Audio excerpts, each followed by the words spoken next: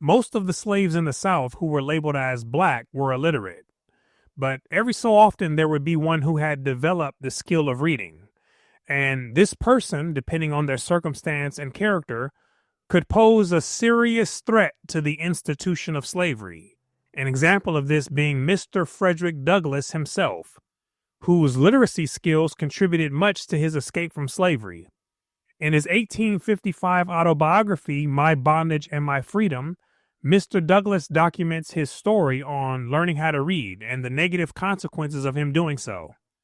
So, what caused him to pick up this invaluable skill was the frequent hearing of my mistress reading the Bible, for she often read aloud when her husband was absent, soon awakened my curiosity in respect to this mystery of reading, and roused in me the desire to learn. What's the key word here? It's desire. The desire is what caused him to do things differently than most of the other slaves who were in a similar environment and faced similar circumstances. And dominant desires always move people towards actions that satisfy those desires. Mr. Douglass heard his mistress read the Bible, and it roused a desire in him to learn. So he began taking actions aligned with that desire by doing this. Having no fear of my kind mistress before my eyes, she had then given me no reason to fear, I frankly asked her to teach me to read. And without hesitation the dear woman began the task, and very soon, by her assistance, I was master of the alphabet, and could spell words of 3 or 4 letters. So his desire led him to simply ask his mistress to teach him to read, and she began teaching him. Now, at this point in his life, he was younger than 10 years old, and he had been moved off of Colonel Lloyd's plantation to go live in Baltimore. He now lived with Mr. Auld, who was the brother of Old Master's son-in-law. When he arrived at the new plantation, Mrs. Auld was warm and welcoming, and over time he described her as becoming more akin to a mother than to a slaveholder's mistress. And this is why he felt comfortable asking her to teach him to read. And very soon he was master of the alphabet and could spell words of 3 or 4 letters. Which is why my mistress seemed almost as proud of my progress as if I had been her own child, and supposing that her husband would be as well pleased, she made no secret of what she was doing for me. Indeed, she exultingly told him of the aptness of her pupil, of her intention to persevere in teaching me, and of the duty which she felt it to teach me, at least to read the Bible. Her husband, Mr. Auld, wasn't really too involved with young Douglass for the first 1 or 2 years. He was busy with his career ambitions. Mrs. Auld was primarily responsible for young Douglass, and her husband didn't really know what she was doing with him. But eventually, in her ignorance, she gave him the inside scoop, and Master Hugh was amazed at the simplicity of his spouse, and probably for the first time, he unfolded to her the true philosophy of slavery and the peculiar rules necessary to be observed by masters and mistresses in the management of their human chattels. He had to school his wife on the necessary philosophies of slavery and teach her the necessary rules to keep their human chattel in the pit. And to do this, Mr. Auld promptly forbade continuance of her instruction, telling her in the first place that the thing itself was unlawful, that it was also unsafe and could only lead to mischief. To use his own words, further, he said, "If you give a nigger an inch, he will take an ell. He should know nothing but the will of his master, and learn to obey it. If you teach that nigger," speaking of myself, "how to read the Bible, there will be no keeping him." The teaching of how to read the Bible was his concern, not their interpretations of biblical scriptures. Jesus loves the little children, good slaves go to heaven, and things like that. He wasn't worried about that. He was worried that if you teach the inward how to read, there'll be no keeping him. And where are they trying to keep him? Down in the pit, right? In the pit of ignorance, darkness, and blackness. And here's what else he said. "It would forever unfit him for the duties of a slave. And as to himself, learning would do him no good, but probably a great deal of harm, making him disconsolate and unhappy. If you learn him now to read, he'll want to know how to write, and this accomplished, he'll be running away with himself." If you learn him how to read, he'll want to know how to write.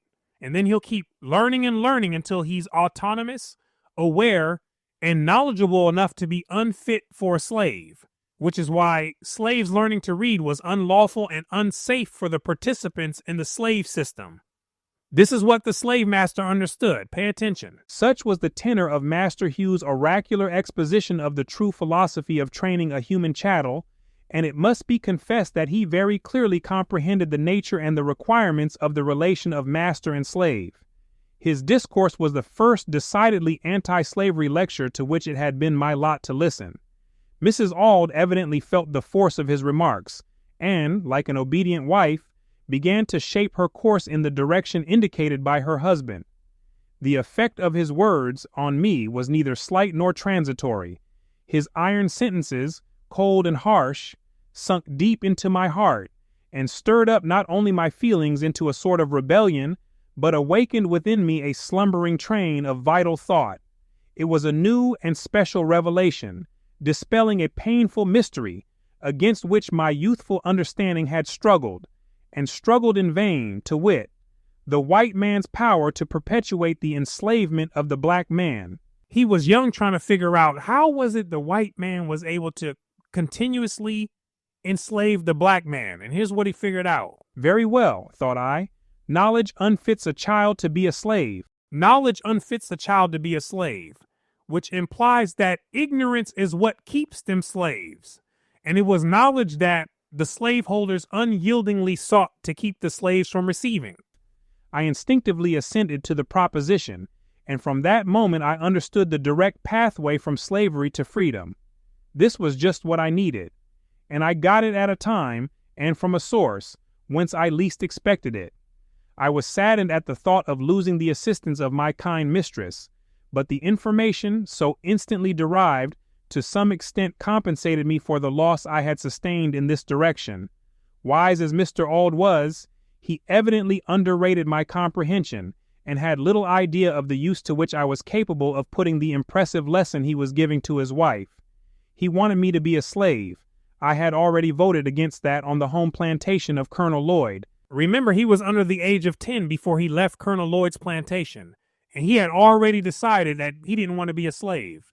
His dominant desire to not be a slave eventually led to actions to satisfy that desire, which we'll see later down the line in his story. But that which he most loved I most hated, and the very determination which he expressed to keep me in ignorance only rendered me the more resolute in seeking intelligence. It fueled his desire even more, and I can relate to that because when I started learning some of the stuff we've previously gone over on how the Europeans forced the black identity on people, on how they did it for the purpose of domination and are still doing it for the same purpose, it fueled my fire to want to separate from that because I'm not a slave, right? I'm not a slave, and I'm not going to continue doing something that someone has invented to cause me psychological damage. I'm not going to keep doing it. This is similar to what Mr. Douglass is expressing, right? How the more they tried to keep him ignorant, the more determined he became to seek intelligence. Let's keep going. In learning to read, therefore, I am not sure that I do not owe quite as much to the opposition of my master as to the kindly assistance of my amiable mistress.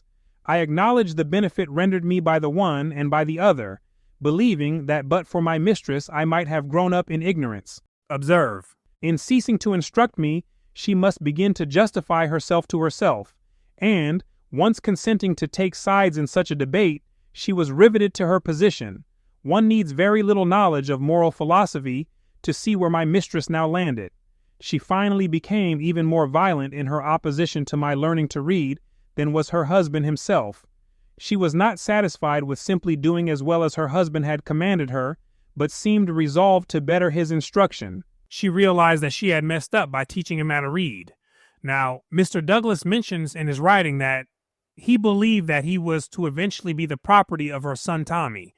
Once Tommy reached adulthood. Tommy was a young boy at this time, just like young Douglass.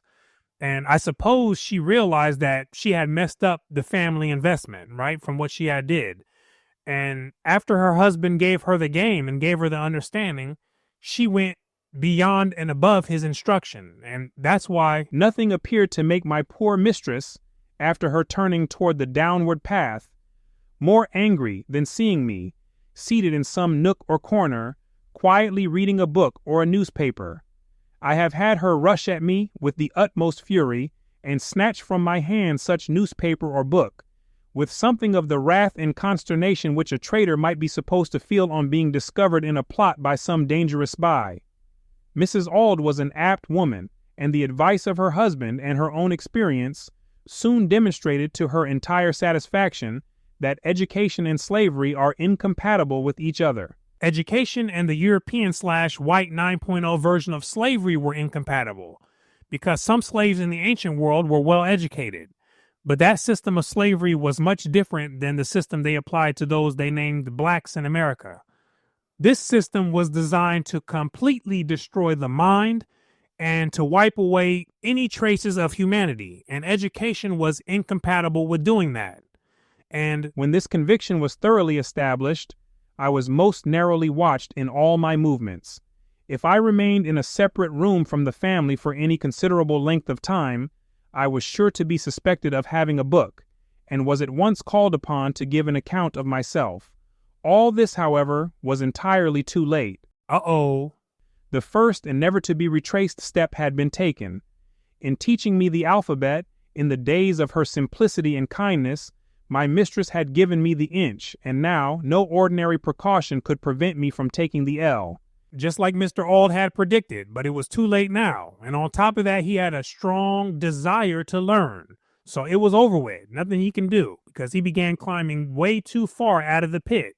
Here we go. Seized with a determination to learn to read at any cost, I hit upon many expedients to accomplish the desired end. You hear that? He did whatever it took to satisfy his desire to read. And it's not just reading for reading's sake. He knew that gaining knowledge through reading was his ticket to freedom. And he already decided that he did not want to be a slave. Therefore, he was determined to learn to read. Now, at this point, his mistress had already stopped teaching him to read. So what was he to do? Just give up and throw in the towel? Or pivot? He chose to pivot, and this is what he did. The plea which I mainly adopted, and the one by which I was most successful, was that of using my young white playmates, with whom I met in the streets as teachers. I used to carry almost constantly a copy of Webster's spelling book in my pocket, and, when sent of errands or when playtime was allowed me, I would step with my young friends aside and take a lesson in spelling. I generally paid my tuition fee to the boys, with bread which I also carried in my pocket. For a single biscuit, any of my hungry little comrades would give me a lesson more valuable to me than bread. That's what he did. He provided what they desired in exchange for what he desired. For young Douglass, the lessons he received from them were more valuable than the bread. And to the young boys, the bread was more valuable than the quick little reading lesson they gave to him. So everyone in this deal won. Now listen to this. When I was about 13 years old and had succeeded in learning to read, every increase of knowledge, especially respecting the free states, added something to the almost intolerable burden of the thought, I am a slave for life. To my bondage I saw no end. It was a terrible reality, and I shall never be able to tell how sadly that thought chafed my young spirit. Fortunately, or unfortunately, about this time in my life, I had made enough money to buy what was then a very popular school book, viz. The Columbian Orator. In previous commentaries, we discussed how the slaves would take some of their earning money and buy alcohol, watches, and fine clothes. Young Douglass took his money and bought a book, right? Similar environment, similar circumstance, but different dominant desires. Pay attention. I met there one of Sheridan's mighty speeches on the subject of Catholic emancipation, Lord Chatham's speech on the American War, and speeches by the great William Pitt and by Fox. These were all choice documents to me, and I read them over and over again with an interest that was ever increasing, because it was ever gaining in intelligence. For the more I read them, the better I understood them. The reading of these speeches added much to my limited stock of language, and enabled me to give tongue to many interesting thoughts, which had frequently flashed through my soul and died away for want of utterance. The mighty power and heart-searching directness of truth, penetrating even the heart of a slaveholder, compelling him to yield up his earthly interests to the claims of eternal justice, were finely illustrated in the dialogue just referred to, and from the speeches of Sheridan I got a bold and powerful denunciation of oppression, and a most brilliant vindication of the rights of man. Here was, indeed, a noble acquisition. If I ever wavered under the consideration that the Almighty in some way ordained slavery and willed my enslavement for his own glory, I wavered no longer. I had now penetrated the secret of all slavery and oppression, and had ascertained their true foundation to be in the pride, the power, and the avarice of man. He learned that humans with dominant character traits of greed, power, and pride were behind slavery and oppression, and not some deity in the heavens ordaining it, like the white religious clergy indoctrinated many of the slaves to believe. Here we go. I have met many religious colored people at the South who are under the delusion that God requires them to submit to slavery and to wear their chains with meekness and humility. And we talked about this in the past. This was how the whites used the tool of God and religion to humble the slaves. Do you think that the white masters and the elites were dumb enough to give the slaves something that would go against them in the slave system? No, they weren't. Whatever they gave them was in direct support of the system. Mr. Auld wasn't upset that his wife was teaching young Douglass the Bible.